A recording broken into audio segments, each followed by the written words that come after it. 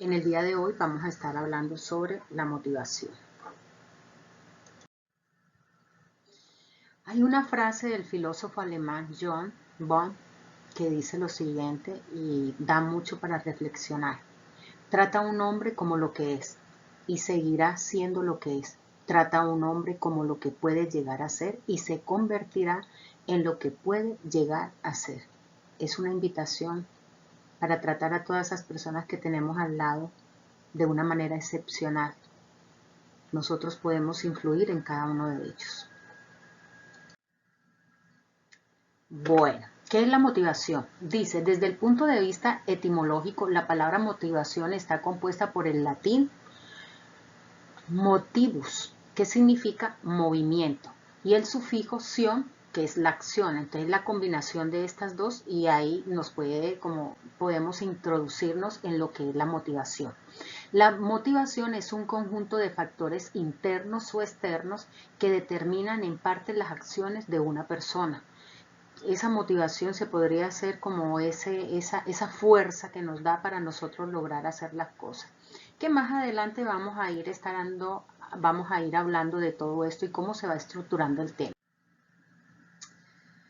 Para Ardila, la motivación es concebida como una variable intermedia, o sea, intermedia del comportamiento, es decir, que no se observa la motivación en sí, sino que se observa el comportamiento. O sea que como tal nosotros no hay una cara, no hay una imagen de lo que es la motivación. Es algo que está ahí, que da la fuerza, pero que nosotros no lo podemos ver y como dice que es algo que está intermedio y lo que nosotros podíamos observar son las conductas, las acciones que hace una persona. Para González, la motivación es el conjunto concatenado de procesos psíquicos que implica la activación nerviosa y superior y refleja la realidad objetiva a través de las condiciones internas de la personalidad, que al contener el papel activo y relativamente autónomo y creador de la personalidad en su constante transformación y determinación recíproca con las actividades externas. Sus objetos y estímulos van dirigidos a satisfacer las necesidades del ser humano y como consecuencia regulan la dirección del objeto, la meta, hacia donde nosotros vamos y apuntamos. Así que esta definición de González se podría decir que reúne una cantidad de elementos que son importantes tenerlos en cuenta dentro de la motivación y sobre todo la motivación, qué factor implica en la vida de nosotros, que ahí es donde nosotros queremos llegar. Para tener en cuenta. Dice, estudios relacionados con la psiquis humana determinan que un mayor nivel de motivación asegura mejores resultados, pero que la motivación no siempre depende de la energía de una persona en determinadas actividades, sino cuestiones químicas y orgánicas que se hacen. Por ejemplo, cuando una persona tiene depresión o ansiedad, hablemos más que todo de la depresión. Cuando está ese trastorno o cuando una persona está pasando por esta situación, muchas veces se va a encontrar, muchas veces no, en la gran mayoría de las veces se va a encontrar que quiere realizar las cosas, pero no hay algo, o sea, aquí pone de su parte, pero esa parte química, ese desbalance químico que tiene en ese momento no le permite encontrar como la gasolina que necesitaría para poder arrancar o poder lograr eso que está buscando. Y ahí es donde la persona se frustra muchísimo, se siente mal porque no logra hacerlo y no es solamente querer hacerlo, es que yo tenga ese elemento químico que mi organismo me proporcione eso para lograr hacerlo. Si no, es difícil que lo haga. Entonces, las personas cuando están pasando por un estado depresivo, se va a presentar mucho esto y de pronto la persona no va a entender y se va a frustrar mucho. Y esto es bastante fuerte, pero por eso es importante tener también en cuenta la parte neurobiológica de la motivación, porque a veces hablamos de motivación, pero lo vemos como algo, ¿cómo te podría decir? Como algo que es simplemente ahí, que está por estar, pero no reconocemos el impacto que tiene la motivación sobre la vida de nosotros y sobre todo para lograr los objetivos que nos hemos propuesto. Así que no olvidemos tener esto en cuenta, como lo dice nuestra modelo. Factores que regulan los estados motivacionales. Kendall, ¿qué nos dice Kendall? Premio Nobel de Medicina en el año 2000, afirma que es importante reconocer que los estados instintivos son solamente un subtipo, casualmente los ejemplos más simples de estados de motivación que dirigen la conducta. En general, los estados de motivación se pueden clasificar en un sentido más amplio y él habla de dos.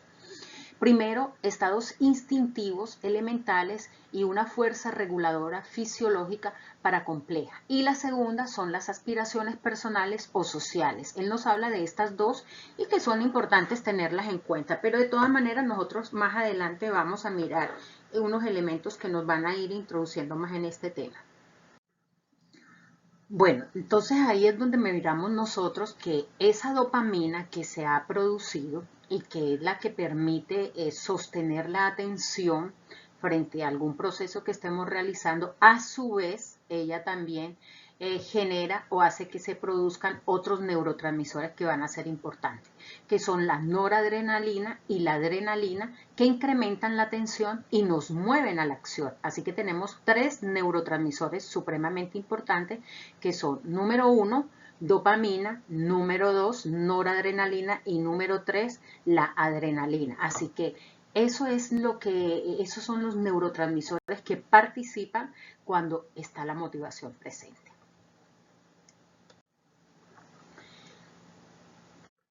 Bueno, ¿en qué consiste la motivación y la fórmula DAS? Motivación y fórmula DAS. Vamos a mirar a ver en qué consiste la motivación y la famosa fórmula DAS que se da en la motivación. Hay un deseo, tenemos un deseo de lograr algo o queremos algo. Número A, ese deseo nos lleva a una acción y esa acción nos va a dar una satisfacción. Pero ¿cómo este DAS está relacionado con otro DAS? Es la pregunta que nosotros vamos a tener. Ese deseo hace que se produzca la dopamina, que fue lo que estuvimos viendo en la diapositiva anterior. Esa acción produce adrenalina para conseguir el logro y la satisfacción produce serotonina. Es perfecto esta fórmula mágica, cómo nos explica todo eso que se genera en la motivación, a su vez cómo va a generar tres neurotransmisores que son importantes para entender la parte química de lo que es la motivación. Así que es un temita y es un punto importante del DAS que no lo podemos olvidar.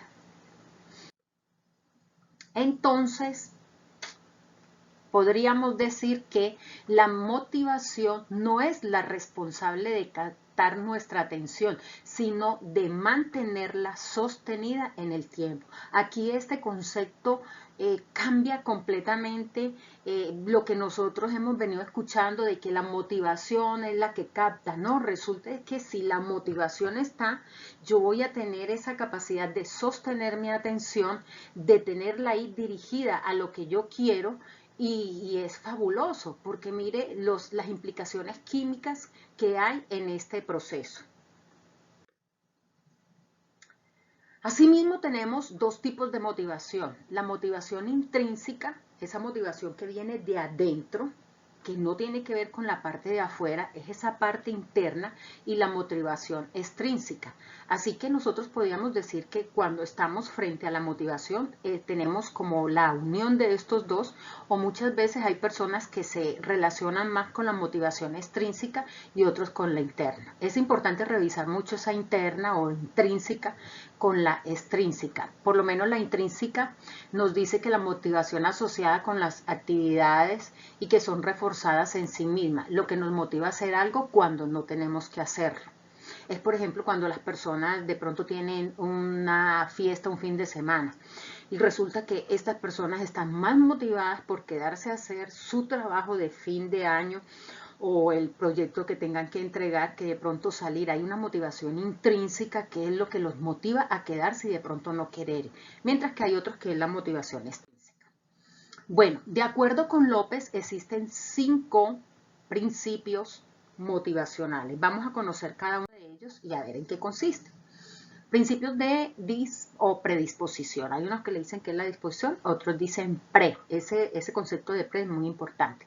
Dice, cuando estamos dispuestos positivamente hacia una tarea, su ejecución resulta casi siempre agradable. Cuando cambiamos por qué, cuando nosotros estamos en el por qué o por qué no, ahí va a suceder algo, ahí va a haber un choque. Es como cuando nos sucede algo y mi pregunta es ¿por qué me pasó esto? ¿Por qué me pasó esto? ¿Por qué me pasó? Y si lo cambio para qué, ya le estoy dando un sentido a esto. Casi es como similar aquí estas dos palabras de por qué y por qué no. Un por qué me lleva a encontrar el logro y un por qué no es como una traba que automáticamente va a afectar la motivación.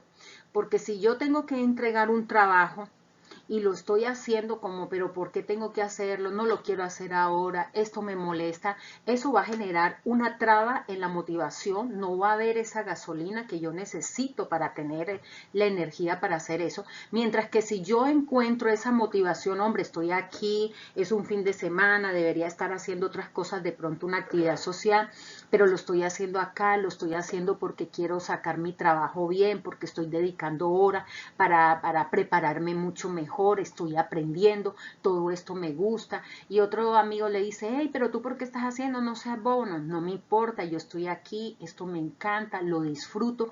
Eso está dando, ahí se está generando esa dopamina que nos habla la motivación y que es bastante importante. ¿Mm?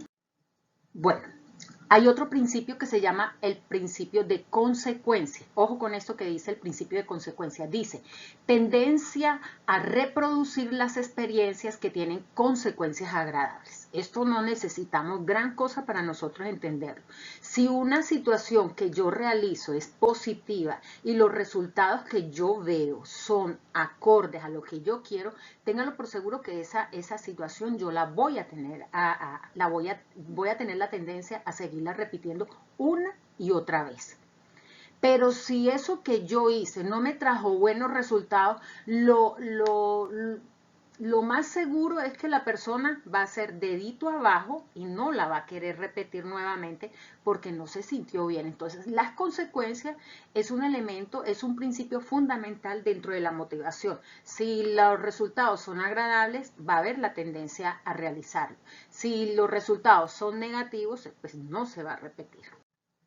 Principio de repetición, es como muy relacionado con lo anterior. Cuando un estímulo provoca una reacción determinada positiva, la voy a repetir una y otra vez. Eso no, pienso que no hay mucho que explicarlo y que queda claro acá. Ahora viene el principio de novedad. ¿Qué pasa con eso? Cuando yo me estoy enfrentando a algo que ya conozco, no va a ser la misma motivación que yo voy a desarrollar frente a esa situación a cuando es algo novedoso. Si es novedoso, va a haber más fuerza motivacional para ahí, va a haber más gasolina y va a haber un deseo más fuerte para yo actuar en eso o estar en esa situación.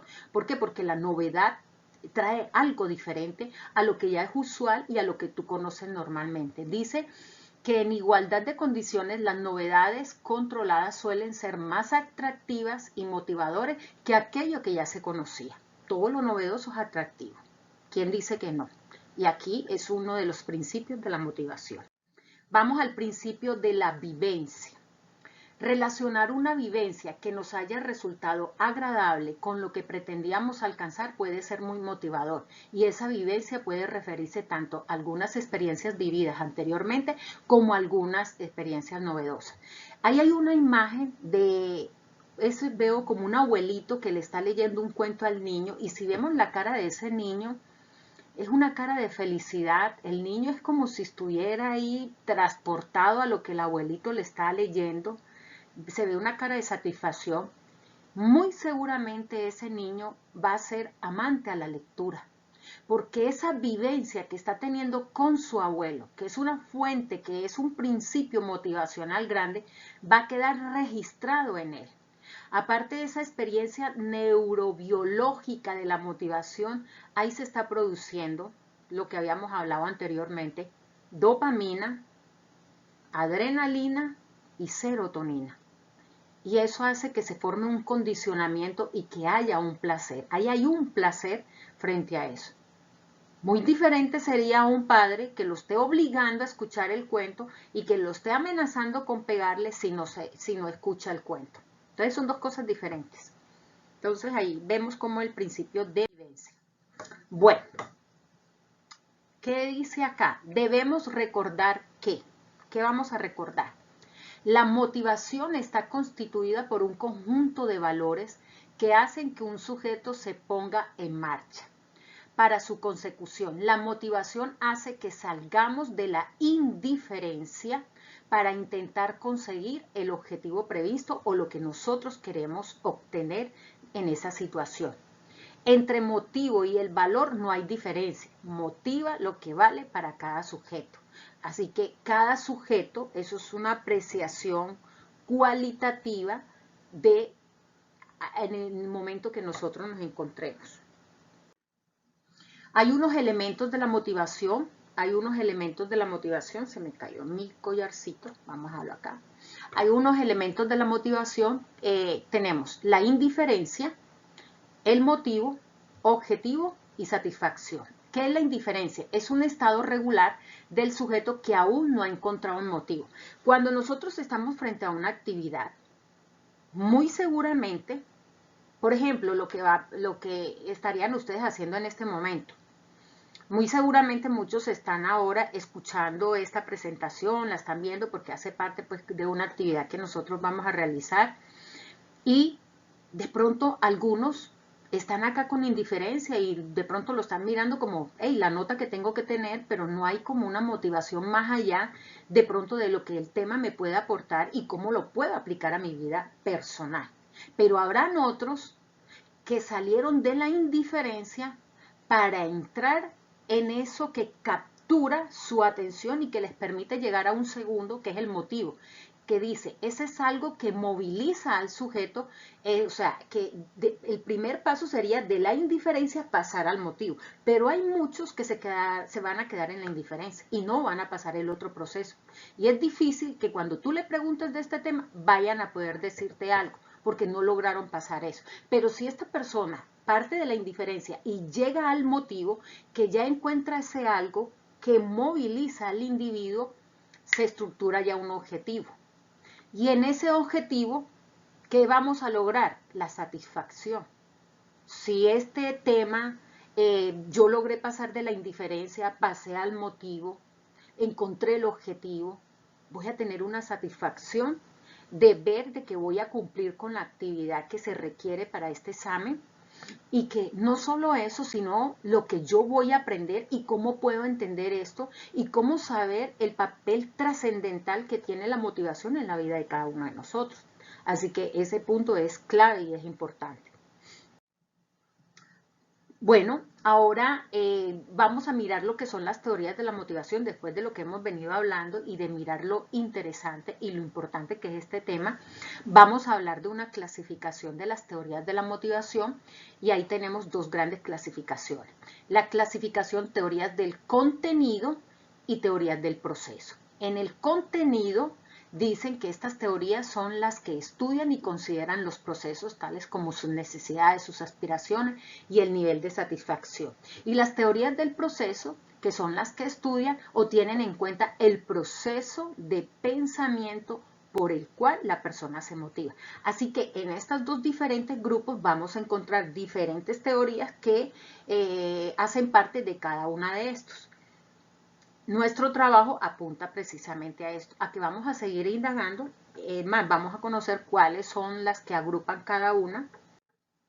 Aquí tenemos, por ejemplo, las de contenido, nos hablan de la teoría de la pirámide de las necesidades de Maslow, vamos a saber cuáles son esas, la teoría X y la teoría Y, vamos a ver la teoría de la motivación de higiene y vamos a ver la teoría ERG. ¿Qué significa eso? Vamos a investigar cada una de esas. Esas son en cuanto al contenido.